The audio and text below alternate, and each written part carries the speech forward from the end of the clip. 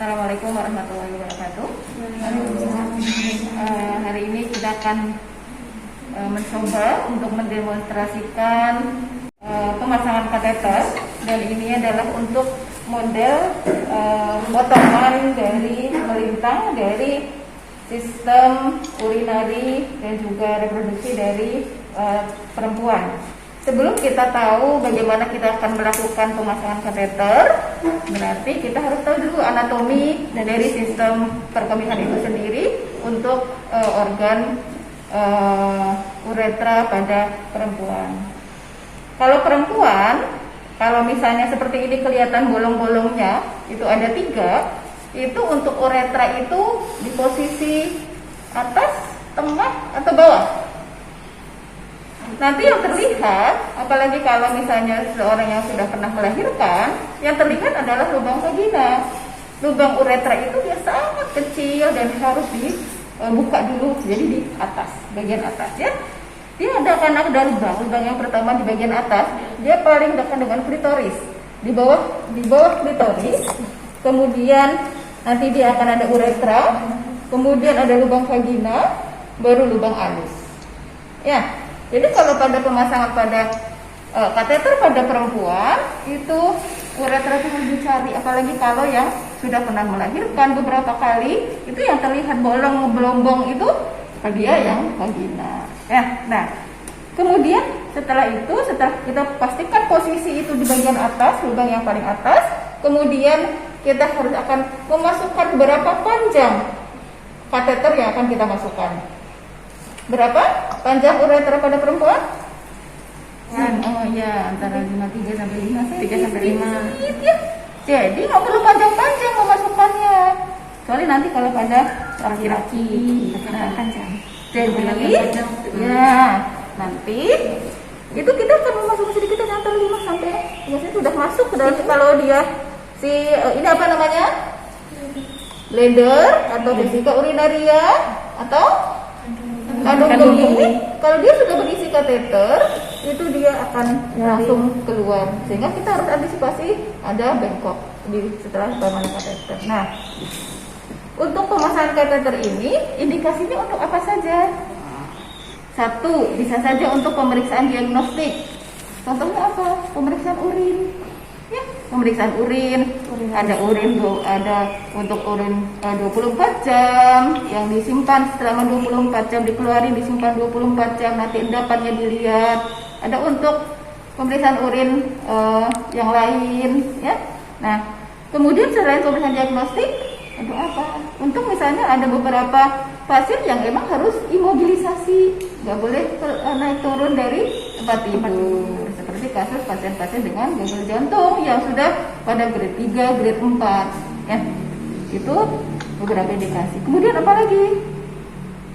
Untuk menghitung input dan output cairan. Input output monitoring, input output cairan kan harus dihitung ya. Berapa normal per jam urin output? Dewasa? Normal urin output per jam rata-rata dewasa berapa? 30 sampai 50 cc per jam. Masih ingat dan ingat? Nah, 30 sampai 50 cc per jam. Jadi kalau kita keluar urin misalnya pada pasien sudah 2 jam dari sejak pemasangan kateter, berarti kalau dipasang pukul 8, kita cek pukul 10 itu cuma 40 cc. Enggak. Namanya apa? Kalau kurang dari normal oliguria. Kalau lebih oliguria. Ya. Nah, kemudian nanti kita juga harus tahu pasien yang akan kita pasang kateter ini, pasien anak-anak, pasien dewasa, laki-laki atau perempuan. Nah, ini kita punya kateter ya. Jangan lupa pada saat kita akan memasang kateter dilihat ada nomornya. Kalau laki-laki dewasa biasanya antara 16 sampai 18, atau pada perempuan antara 14 16, kalau anak-anak 8 10 ya, dia nggak ada nomor ganjil ya. Nah, kemudian jangan lupa juga di siapa? dicek, walaupun ini bukan yang dimakan, bukan masuk dalam sistem, tapi ini tuh kan ada, kalau sudah pada luar dia nanti bisa saja alergi, bisa aja nempel, ya, sehingga harus dilihat expiry date-nya. Nah, di sini ini masih bulan 7 2022. Jadi nah ini peralatannya. Nah, jadi satu lagi yang harus diingat kalau saya prinsipnya bahwa saya adalah tangan dominannya adalah tangan kanan. Saya tangan dominan tangan kanan, kecuali yang dominan tangan kiri. Sehingga saya melakukan tindakan itu di bagian sebelah kanan dari pasien. Ini kan kepala pasien. Berarti ke sini kan, ini kanan. Jadi saat saya tangan dominannya kanan, saya melakukan tindakan di sebelah kanan dari pasien. Kenapa? Karena saya akan melakukan lebih enak ya. Sudah kalau sebelah sana saya lakukan gini. Ya, jadi enak kan. Kemudian posisi dari ini juga simpel ya, tapi kadang di teori tidak ada. Itu tadi posisi sebelah kanan juga di teori karena tidak ada, di buku tidak ada. Tapi itu ada apa sih hasil pengalaman ya. Nah, kemudian ini si troli. Kenapa saya tidak luruskan seperti ini? Saya miringkan. Karena apa? Karena saat saya melakukan tindakan, apalagi kalau misalnya tidak ada asisten, itu saya akan lebih mudah menjawab semuanya, ya, akan lebih mudah. Nah, ini peralatannya, peralatan yang harus disiapkan pada pemasangan kateter. Yang pasti adalah kateter urin, kemudian urin B, kemudian apa ini?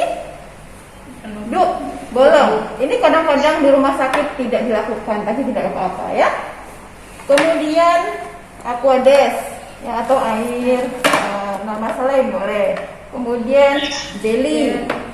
Kemudian petnya. Nanti untuk mengisi apa ini?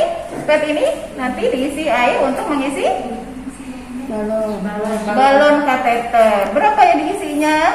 10. Ya, kurang lebih 10 ya, dan kebanyakan. Kemudian perlah. Kemudian kapas sublimat. Kita akan ini kan pada perempuan ya, pada perempuan. Tadi saya bilang pada teman-teman untuk pada kapas sublimat yang disiapkan berapa sih? Kita kan harus save juga ya. Iya. Minimal adalah 3 kapas sublimat. Kapas sublimat ini kapas yang bisa menggunakan saklon, bisa menggunakan NaCl atau air hangat juga cukup ya. Nah, jangan pakai alkohol ya. Pakai alkohol lagi. Nah, bisa cukup 3 atau kita bisa 5. Apa sih? Kenapa sih harus 3, harus 5? Karena pada perempuan itu kan ada labia mayora 2, labia minora 2, 1,5. Jadi dan prosedur melakukannya adalah dari yang jauh dulu. Jadi kalau misalnya nanti perhatikan, kalau kita di sebelah sini berarti yang jauh dulu, berarti labia mayora jauh, ya, labia minora jauh dekat, labia minora jauh, labia minora dekat, kemudian tengah 1 dari atas ke bawah, gitu ya. Ya, nah itu untuk kenapa sih kita harus siapkan 5, tapi kalau misalnya mau 3, kalau mau 3 bisa mayora jauh, minora tapi dirubah ininya, si kasanya sebelah sini buat mayora, kemudian dilipat sebelahnya buat minora jauh, kemudian 1 juga sama, baru yang 1 terakhir dari atas ke bawah. Kenapa sih harus dari atas ke bawah? Kotorannya biar ngumpul. Jadi prinsipnya melakukan pembersihan apapun adalah dari bersih ke kotor. Jangan dari kotor ke bersih. Gitu, karena kita anggap daerah bawah itu lebih kotor dibanding daerah atas, ya, karena di bawah ada anus. Ya, itu. Kemudian headphone. Nah, itu peralatannya. Kemudian mulai kita prosedurnya saya siapkan dulu sebelum cuci tangan ya, karena ini adalah kalau kateter itu prinsipnya adalah bersih saja, tidak steril. Karena uretra itu tidak steril. Ya, kecuali kita masuk ke vena. Ini tidak harus steril. Ini bukanya gini ya, bukannya gini. Dan ini masih ada plastiknya. Plastiknya ini kita bisa pegang, masih tetap kita pegang, bisa. Tapi kita bisa masukkan ini, kalaupun misalnya ini kalau kotor kita kalau di sana, kita masuk di sini. Nah, nanti baru kita buka. Nah, keluarga kita sudah cuci tangan ya, sudah cuci tangan. Kemudian pakai sarung tangan. Ini sarung tangannya juga sarung tangan bersih, bukan sarung tangan steril. Beda ya nanti kalau pakai sarung tangan steril.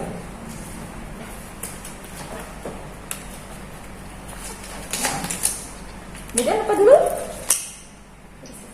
Nah, dibersihkan dulu. Kita dapatkan pengkok. Kita pakai. Ini kenapa harus digulung tadi ya, ambilnya, sehingga kita siapkan sini, jadi di tengah ini posisi tengah kita panggilkan sini. Jangan lupa privasi dari pasien ya. Enggak disiapin itu ya. Tirainya kita sih selimut. Dekatkan. Nah, ini tadi kita perlu berapa kapas sublimat? 5. Nah, 5 kita panggil 5 ya. Nah, kita bisa pegang di sini. Karena tadi kalau misalnya yang masih ada yang masih bagus posisinya masih, tapi kalau udah nenek-nenek itu harus dibuka ya. Yang pertama tadi dari labia mayora jauh ya, labia mayora jauh. Jadi sekali aja, 1 buang. Kemudian labia minora jauh, buang. Ini tekan. Baru ya dekat mayora, dekat. Kemudian minora dekat, kemudian satu lagi adalah di tengah, tuh ya, selesai, ya. Nah, kemudian kalau kita mau lebih safe, kita ganti sarung tangannya, dibuka, ganti yang baru. Nah, kemudian ini tuh masih kita bisa pegang ya. Nih, ini tuh ada apa namanya? Plastiknya nih, yang bisa ada plastiknya ini yang bisa kita buka. Nah, ya, dibuang. Kita minta asisten kita gulung sininya. Ini nggak perlu dibuka, nggak perlu dibuka yang bawah. Oh, nggak udah terbuka ya, terbuka nih. Kita pegang, kita minta asisten. Nah, ini kenapa harus disimpan di sini? Karena nanti kalau sudah masuk dia akan otomatis keluar urin. Nah, kita expose. Tadi expose. Ini semuanya bolong ya. Nah, ini vagina tuh lebih besar. Nah, uretra itu kecil dan paling kasih tahu jangan lupa Bapak lihat. Tarik nafas. Ibu, Bapak. Bu, minta tahu tarik nafas dulu, jangan ditahan, saya masukkan. Nah, tarik nafas Bu. Nah, tarik nafas. Nah, ini keluar urinnya. Kalau udah keluar urinnya berarti sudah masuk. Nah, masuk. Baru kita pastikan ini dibuka. Nanti kan meter ya. Nah, baru tuh kasih balon Bu. Berapa cc ini? Antara 5 sampai 10 ya.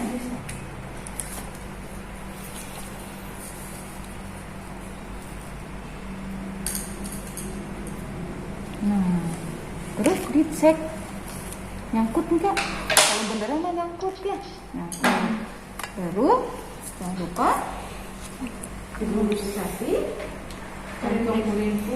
Sambungkan rembeknya. Nah, rembek temennya suruh gantungin. Jangan lupa ditutup sananya, bawahnya. Nggak boleh nggak ini ke lantai. Nggak boleh menggantung. Terus baru difiksasi. Di sini ya Bu. Kalau pakai apa namanya? Sudah dibuka. Biasanya kalau misalkan di bed rumah sakit tuh udah ada Iya. jantungnya. Iya. Dikasihnya kemana? Ke paha biasanya ya, ke paha, di paha difiksasinya. Ini pahanya nggak ada saya. Amputasi. Ibu ini pemasangan kateter sudah.